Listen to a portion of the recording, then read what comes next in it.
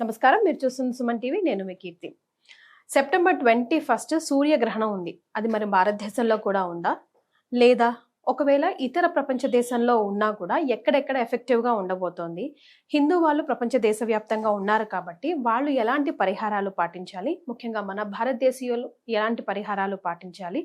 సూర్యగ్రహణం ఏ రాసుల వారికి ఎఫెక్ట్ పడబోతుంది? ఇలాంటి విషయాలు మనకు తెలియజేయడానికి 2009 నుంచి 30,000కు పైగా జాతకాల పరిశీలన చేసి, అలాగే 2013 నుంచి పితృదోషాల నివారార్థం కార్యక్రమాలు చేపడుతున్న ప్రముఖ ఆస్ట్రాలజర్ బ్రహ్మశ్రీ నందిబట్ల శ్రీహరి శర్మ గురుగారు ఉన్నారు. నమస్తే గురుగారు. వాగర్థావివ సంపృక్తౌ వాగర్థ ప్రతిపత్తయే జగతః పితరౌ వందే పార్వతీ పరమేశ్వరౌ ఆదిత్యాయ చ సోమాయ మంగళాయ బుధాయ చ గురు శుక్ర శనిభ్యశ్చ రాహవే కేతవే నమః. శృంగేరి జగద్గురు పీఠాధిపతులకి, కంచి పీఠాధిపతులకి నమస్కారములు తెలియజేసుకుంటూ కార్యక్రమాన్ని ప్రారంభిద్దాం. గురుగారు, సెప్టెంబర్ 21 సూర్యగ్రహణం ఉంది అంటున్నారు. భారతదేశంలో ఉందా లేదా? ప్రపంచ దేశాల్లో ఎక్కడ కనిపిస్తుంది? ఇప్పుడు చంద్రగ్రహణం అయిపోయింది. అందరి నోళ్లలో చంద్రగ్రహణం ఎందుకంటే మన భారతదేశంలో కనిపించింది కాబట్టి అందరూ కూడా దీని గురించి చర్చించుకున్నారు. ఇక వెంబడే వచ్చేటువంటి సెప్టెంబర్ 21 భాద్రపద అమావాస్య రోజున ఏర్పడుతున్నటువంటి సూర్యగ్రహణం. ఇప్పుడు దీని మీద కూడా చాలామంది చర్చోపచర్చలు చేస్తున్నారు. వాస్తవానికి ఈ యొక్క సెప్టెంబర్ 21వ తారీఖు రోజున ఏర్పడేటువంటి పాక్షిక చూడామణి నామక సూర్యగ్రహణం ఏదైతే ఉందో అది మన భారతదేశంలో విజిబుల్గా ఉండదు, కనిపించదు. అయితే ఎక్కడెక్కడ కనిపిస్తుంది అని అంటే పసిఫిక్ మహాసముద్రం, అంటార్కిటికా సంబంధించినటువంటి ఖండాలు, అలాగే ఫిజీ, ఆస్ట్రేలియా, న్యూజిలాండ్, టొలోవా ఇలాంటి దేశాలలో కనిపిస్తుంది. కాబట్టి ఆయా దేశాల్లో నివసించేటువంటి ప్రజలు ఆచార నియమాలు పాటించాల్సినది ఖచ్చితంగా ఉంది. మిగతా యునైటెడ్ అరబ్ ఎమిరేట్స్ కానీ, అమెరికా కానీ, యూకే, లండన్ ఇలా ఏ దేశంలోనైనా కానీ ఇది కనిపించదు. కాబట్టి ఆయా దేశాల్లో నివసించేటువంటి ప్రజలు ఎవ్వరూ కూడా, ముఖ్యంగా మన తెలుగు వాళ్ళు, భారతీయులు ఈ యొక్క ఆచార నియమాల్ని పాటించాల్సిన అవసరం లేదు. కానీ శాస్త్రం ప్రకారం ఒకటి ఉందమ్మా. ఎందుకనంటే అంతరిక్షంలో జరిగేటువంటి యొక్క అద్భుతమైన దృశ్యం ఏదైనా అంటే తోకచుక్కలు రాలుతూ ఉంటే ఒక రాకెట్ లాగా కింద పడుతూ కామెట్స్ అంటుంటారు. అలాగే అంతరిక్షంలో ఏర్పడేటువంటి గ్రహణాలు, అప్పటి వరకు నిండుగా కనిపిస్తున్న చంద్రుడు అంతర్ధానం అయిపోతాడు. అప్పటి వరకు వెలుగులు జిలుగులు నిప్పులు కక్కుతున్న సూర్యుడు అంతర్ధానం అయిపోతాడు. ఇది నిజంగా అద్భుతమే కదమ్మా. సినిమాల్లో మాత్రమే చూసే దృశ్యాన్ని మనం నేరుగా మన కంటితో మనం చూస్తున్నాం. అట్లాంటి అద్భుతాలు అసలు గ్రహణ తదనంతరం చంద్రుడు మిలమిల మెరిసిపోయాడమ్మా. అంటే మన భారతదేశంలో కనిపిస్తుంది కాబట్టి మనం పాటించాం. చాలా మందికి ఇదే సందేహం, మన భారతదేశంలో కనిపించదు కాబట్టి మనం ఆచార నియమాలు పాటించాల్సిన అవసరం లేదు, దీని గురించి పట్టించుకోవాల్సిన అవసరం లేదు అని అంటారు. కానీ ఇక్కడే తప్పుదో పడుతున్నారు. తప్పుడు అంటే ఏంటంటే ఆ జ్ఞానాన్ని పెంచుకోలేకపోతున్నారు అని చెప్పవచ్చు. ఎందుకు అనంటే ఇది విశ్వంలో అనగా ముఖ్యంగా అంతరిక్షంలో జరిగేటువంటిది. ఈ విశ్వం సృష్టిలో మనం ఒక భాగం. నేచర్ అని అంటాం, ప్రకృతి. ప్రకృతి అంటే ఏంటి? చెట్లు, చేమలు, నదులు, సరస్సులు, సముద్రాలు ఇవే కాదమ్మా. ప్రకృతిలో మనం జీవిస్తున్నాం కదా, పక్షులు, క్షీరదాలు కాకుండా మనం కూడా జీవిస్తున్నాం కదా. మనకు దాని ప్రభావం అనేటువంటిది. ప్రకృతికి ఏ విధమైన విపత్తులు కలుగుతాయో ఆ ప్రకృతిలో జీవనం సాగించే సమస్త జీవ నాడులకి కొంత ఇబ్బందికర పరిస్థితులు. అంటే గ్రహణాల వల్ల సమస్యలు వస్తాయని కాదు. ఇక్కడ గమనించాల్సింది ఏంటంటే సమస్యలు వస్తున్నాయని గ్రహణాలు తెలియజేస్తాయి. అదే అర్థం చేసుకోవాల్సింది, వీక్షించే ప్రేక్షకులు గమనించాల్సింది ఏంటంటే గ్రహణాలు రావడం వల్ల సమస్యలు రావమ్మా. సమస్యలు వస్తున్నాయని హెచ్చరించడానికి గ్రహణాలు ఒక కారణం అవుతున్నాయి. కాబట్టి ఇప్పుడు షడ్గ్రహ కూటమి అని చెప్పి అన్నారు. మరి దాని తర్వాత వచ్చినటువంటి సమస్యల్ని ముందుగా గ్రహాలు తెలియజేస్తున్నాయి కదా. అలాగే గ్రహణాలు కూడా తెలియజేస్తాయి, గ్రహణాలు కూడా మాట్లాడతాయి, గ్రహణాలు కూడా చెప్పుతాయి, గ్రహణాలు కూడా భవిష్యత్తుని సూచిస్తాయి. ఇండికేషన్స్. దాన్ని మనం అర్థం చేసుకునేటువంటిది. ఇప్పుడు మనకు జపాన్ భాష రానంత మాత్రం జపాన్లో అద్భుతంగా చెప్పవచ్చు. జపాన్ భాషలో మనకు రానంత మాత్రాన అది అద్భుతమని కాదు అని మనం ఎలా అంటాం?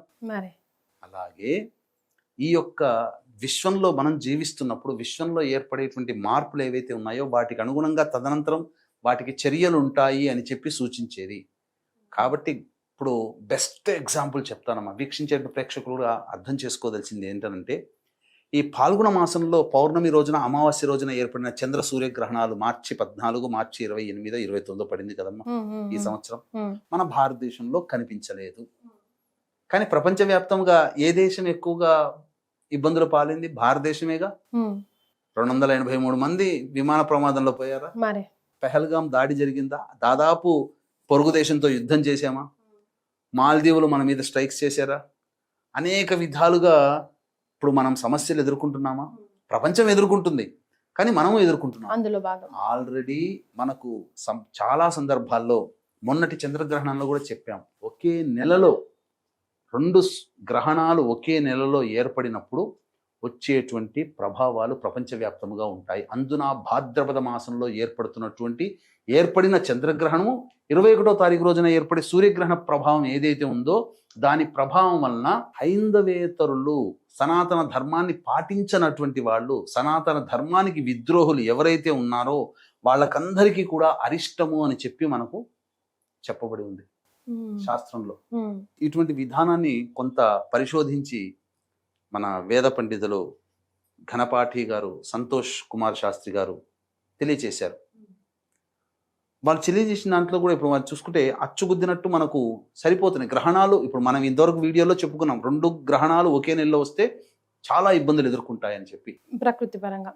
ఇప్పుడు ఏమైపోయింది? నేపాల్లో ఏమైందమ్మా? పాలకులకు ఇబ్బంది కలిగింది కదా. మనం ఏం చెప్పాము? గ్రహణాల వల్ల పాలకులకు ఇబ్బంది కలుగుతుంది అని కూడా మన చంద్రగ్రహణం అప్పుడు చెప్పాం. ఎంతసేపటికి మన ఇల్లు, మన ఊరు, మన జిల్లా, మన రాష్ట్రం గురించి ఆలోచిస్తాం, కానీ ప్రపంచవ్యాప్తంగా ఆలోచించలేకపోయి అంత అజ్ఞానంలో ఉన్నాం మనం. అరే గ్రహణం అనేది మనకు కాదురా నాయనా, ప్రపంచానికి సంబంధించింది, విశ్వానికి సంబంధించింది అని ఎందుకు అర్థం చేసుకోలేకపోతున్నారు? గ్లోబలైజేషన్ కాబట్టి ప్రపంచవ్యాప్తంగా ఎక్కడైనా కానీ ఎఫెక్ట్ ఉంటుంది. అదే ఇండైరెక్ట్ గా డైరెక్ట్ గా మనం సమాజంలో కలిసి ఉన్నాం కాబట్టి. ఇప్పుడు చూశారనంటే పాకిస్తాన్ లో అల్లర్లు జరుగుతున్నాయి. ప్యారిస్ లో చూడండి, మొత్తం రోడ్డుకి ఎక్కారు, కొత్తగా ఎన్నుకున్నారు, మళ్ళీ ఇప్పుడు రోడ్డు ఎక్కారు. ముఖ్యంగా రేపు భవిష్యత్తులో ఏర్పడేటువంటి దాంట్లో ఈ యొక్క బంగ్లాదేశ్లో కానీ, అలాగే భవిష్యత్తులో అరబ్ ఎమిరేట్స్లో కానీ, ఇవన్నీ కూడా ఈ గ్రహణ ప్రభావం వలన ఇబ్బందులు ఎదుర్కోక తప్పదమ్మా. పాలకులకి ముఖ్యంగా ఇబ్బందులు, ముఖ్యంగా హెసిటేషన్ అనేటువంటిది పెరిగిపోతుంది. అనేక దేశాలలో ప్రజా వ్యతిరేక ఉద్యమ కార్యకలాపాలు, ప్రభుత్వ వ్యతిరేక కార్యకలాపాలు, ఉద్యమాలు బాగా సాగుతాయి. ఇక రోడ్డు మీదకి వస్తారమ్మా. అంతా అల్లకల్లోలం అనేటువంటిది తప్పదు, భయపెడుతున్నటువంటిది కాదు, కొంత ఇబ్బందికర పరిస్థితులు అనేటువంటి తప్పదమ్మా. సో మరి ఏ రాశుల వారికి, అంటే మన సుమన్ టీవీ చూసే వాళ్ళు ప్రపంచవ్యాప్తంగా ఉంటారు కాబట్టి ముఖ్యంగా ఈ సూర్యగ్రహణం క్లుప్తంగా ఏ రాశుల వారికి కూడా ఎఫెక్ట్ అవుతుందో ఒకసారి తెలియజేయగలుగుతారా గురుగారు? ఇది కన్యా రాశిలో ఉత్తర నక్షత్రంలో ఏర్పడుతుంది కాబట్టి ముఖ్యంగా 21వ తారీఖు రోజున రాత్రి 10:59 ప్రారంభమై మధ్యరాత్రి తెల్లవారుజామున 3:23 వరకు దాదాపు సుదీర్ఘంగా 4:23 అత్యధిక లాంగెస్ట్ ఎక్లిప్స్ అన్నమాట.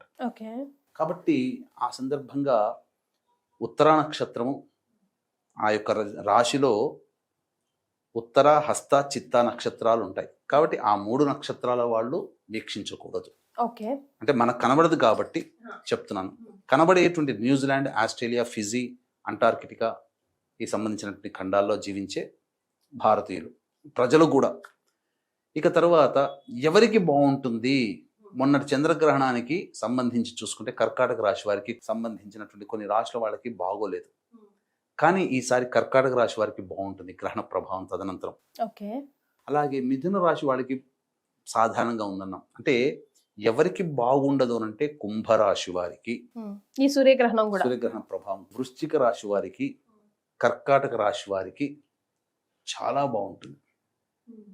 అందులో ఏం సందేహం లేదు. కలిసి వస్తుంది గ్రహణం వీళ్ళకి. ఎవరికి కలిసి వస్తుంది అనేటువంటి విషయం చూసుకుంటే వృశ్చిక రాశి వారికి అమ్మ, కర్కాటక రాశి వారికి, అలాగే మేష రాశి వారికి, తర్వాత ధనుస్సు రాశి వారికి బాగా కలిసి వస్తుంది. సింపుల్ గా మేష, కర్కాటక, వృశ్చిక, ధనుస్సు రాశి వారికి బాగుంటుంది. మిగతా అన్ని రాశుల వారికి ఇబ్బందికరమే. వృషభ, మిథున, సింహ, కన్య, తుల, మకర, కుంభ, మీన ఈ రాశుల వారికి కొంత ఇబ్బందికర పరిస్థితులు తప్పు. మరి ఎలాంటి పరిహారాలు పాటించాలంటారు? సాధారణంగా ఈ యొక్క చెప్పినటువంటి మేష, కర్కాటక, వృశ్చిక, ధనుస్సు రాశిలో జన్మించిన వారికి తప్ప అందరికీ కూడా ఈ యొక్క ప్రభావం ఉంటుంది. అలాగే చాలామంది పరిహారాల విషయంలో మనకు కనిపించదు కాబట్టి పరిహారాలు పాటించకూడదు అని ఆచార నియమాలు అంటే ఇల్లు కడుక్కోవడము, శుభ్రం చేసుకోవడం, పూజా మందిరం క్లీన్ చేసుకోవడం, వస్తువులలో దర్భపులలు వేయడము, గర్భవతుల నియమాలు పాటించడం, ఇవేవి మనకు కనిపించదు కాబట్టి పాటించాల్సిన అవసరం లేదు. కానీ ప్రపంచానికి సూర్యుడు ఒక్కడే, ప్రపంచానికి చంద్రుడు ఒక్కడే కదా ఈ విశ్వంలో మనకు సంబంధించి. మీకు ఒక చిన్న ఎగ్జాంపుల్ చెప్తాను, ఎలా అర్థం చేసుకోవాలి. మనకు బాగా ఉన్నటువంటి సూర్యుడు అక్కడ ఎందుకు గ్రహణం పట్టబోతున్నాడు. మన తండ్రే ఉన్నాడు, మన తల్లే ఉంది, ఇద్దరు ఎంప్లాయీస్ అనుకుందాం. ఇప్పుడు వాళ్ళకి జ్వరం ఏదన్నా నలతగా ఉంది, ఆరోగ్యం బాగాలేదనుకోండి, కానీ ఖచ్చితంగా డ్యూటీ ఏంది, ఎక్కడో చోట జాబ్ చేయాలి, ఆ డ్యూటీకి వెళ్ళాల్సిన పరిస్థితి. ఇంట్లో ఉండి అనారోగ్యం పాలైనటువంటి తండ్రి కానీ తల్లి కానీ ఏ పని చేయకుండా ఇంట్లో కొంత రెస్ట్ తీసుకున్నా ఆఫీస్కి వెళ్ళినప్పుడు పని చేయాల్సిందే కదా. మరి ఇప్పుడు ఇదే సూర్యుడు, ఇదే చంద్రుడు కొన్ని ప్రదేశాల్లో గ్రహణం ఏర్పడుతుంది, కొన్ని ప్రదేశాల్లో గ్రహణం ఉండదు. కానీ గ్రహణం కనిపించని దేశంలో వెలుగుతూ కనిపిస్తుంటాడు, డ్యూటీ అక్కడ నిర్వహిస్తున్నాడు. గ్రహణం కనిపించే ప్రదేశంలో తన డ్యూటీ లేదు అక్కడ. అర్థం చేసుకుంటే సరిపోతుంది. ఇంతకన్నా ఇంకా బెస్ట్ ఎగ్జాంపుల్ రొటేషన్ లో భాగమే గురుగారు. బట్ ఉన్నాడు ఆయన, అయితే ఆ ఎఫెక్ట్ అయితే ఉంటుంది, ఖచ్చితంగా ఉంటుంది. అంటే డ్యూటీలో బాగా పనిచేస్తున్నాడు అని చెప్పేసి అనారోగ్యంతో ఉన్న చేస్తున్నాడుగా ఆ ఎఫెక్ట్. సో అలాగే ఇది ఇక్కడ ప్రధానంగా చాలా మంది మన చంద్రగ్రహణ సందర్భంగా చెప్పినటువంటి రాశుల్లో కొంతమంది చేసుకోలేకపోయారు. మేషరాశి వారికి బాగుంది, అలాగే ధనుస్సు రాశి వారికి చాలా చక్కగా ఉంది, మరియు కన్యా రాశి వారికి చాలా బాగుంది, అలాగే వృషభ రాశి వారికి చాలా బాగుంది. మేష, వృషభ, అలాగే సంబంధించినటువంటి ధనుస్సు, ఈ రాశుల వాళ్ళకి చాలా చక్కగా ఉంది గ్రహణం, చంద్రగ్రహణం. చాలా మంది మిగతా రాశుల్లో జన్మించినటువంటి వాళ్ళు చేసుకోలేదు. అటువంటి వాళ్ళకి ఈ గ్రహణ సందర్భంగా అవకాశం కాబట్టి ఆ సమయంలో మేల్కొని ఇష్టదేవత ఆరాధన చేయడం చాలా మంచిది. అందుకనే దీన్ని దృష్టిలో పెట్టుకుని చాలా మంది ఈ గ్రహణ సందర్భంగా మన శాంతి కార్యక్రమాలు మిస్ అయిపోయారు. అటువంటి వాళ్ళ కోసం ఈ గ్రహణ సందర్భంగా, సూర్యగ్రహణ సందర్భంగా మన పీఠం ఆధ్వర్యంలో 22వ తారీఖు రోజున చంద్రగ్రహణం, ఎందుకంటే చంద్రగ్రహణం అయిపోయింది కదా అని అనుకోకండి. అయిపోయిన తర్వాత ఏ నక్షత్రంలో పడింది, శతభిష పూర్వభాద్ర నక్షత్రంలో పడింది. మళ్ళీ పూర్వభాద్ర నక్షత్రం వచ్చే లోపల చేసుకోవాలి. అయితే దసరా నవరాత్రిలో ప్రారంభం రోజు మరీ ముఖ్యంగా గ్రహణం వెళ్ళిన తెల్లారి కాబట్టి ఇది చాలా అనుకూలమైనటువంటిది. కాబట్టి ఖచ్చితంగా మనం ఈ దసరా వెళ్ళిన తెల్లవారి రోజున ఈ చెప్పబడినటువంటి 12 రాశుల వాళ్ళు కూడా ప్రభావం ఉంటుంది కాబట్టి చేసుకోవడం చాలా ఉత్తమం. మిగిలిన వాళ్ళు ఈ కార్యక్రమంలో పాల్గొన్నటువంటి వాళ్ళకి శక్తిపాతం చేసినటువంటి కరుంగలి మాల ఇవ్వడం జరుగుతుంది. ఇక మీ ఇంట్లో మీరుగా ఆ 10 గంటల 59 నిమిషాల నుంచి తెల్లవారుజామున 3 గంటల 23 నిమిషాల వరకు ఇష్టదేవత ఆరాధన చేయండి. ఎందుకంటే సమయం ఎక్కడైనా మన భారతదేశానికి కన్వర్ట్ చేసుకున్నాం సమయాన్ని, కాబట్టి ఆ సమయం ఇక్కడ ఆపాదితం అవుతుంది. కాబట్టి ఈ సమయంలో అక్కడ గ్రహణం జరుగుతుంది. అది చాలా బలమైనటువంటి కాలం. చేసుకొని ఇంట్లో పూజ చేసుకొని ఇంట్లో దేవతారాధన చేసుకొని చాలా మంచి అద్భుతమైన ఫలితాలు చూస్తారమ్మా. ఎంతోమంది తాంత్రికవేత్తలు ఈ సందర్భంగా ఎదురు చూస్తుంటుంటారు. కాబట్టి ఈ చెప్పినటువంటి రాశుల్లో అనగా మేషరాశి వారికి అద్భుతం, కర్కాటక రాశి వారికి బాగుంటుంది, వృశ్చిక ధనుస్సు రాశి వారికి చాలా చక్కగా ఉంటుంది ఈ సూర్యగ్రహణ ప్రభావం. మిగతా అన్ని రాశుల వారికి దీని ప్రభావం వలన కొంత ఇబ్బందికర పరిస్థితులు భవిష్యత్తులో ఒక 3-4 నెలలు ఫేస్ చేయాలి. ఏం జరగదు, కాకపోతే నష్టపోయే 100 రూపాయలు నష్టపోయే చోట 500 నష్టపోవడం, ఒక గంటలో అయిపోయే పని 3 గంటలు పట్టడం, చిన్న దెబ్బతో పోయేది కొద్దిగా దెబ్బ ఎక్కువగా తగలడం కింద పడి, ఇట్లాంటివే తప్ప ఏం కింద పడి ఇబ్బందులు ఏం కావు.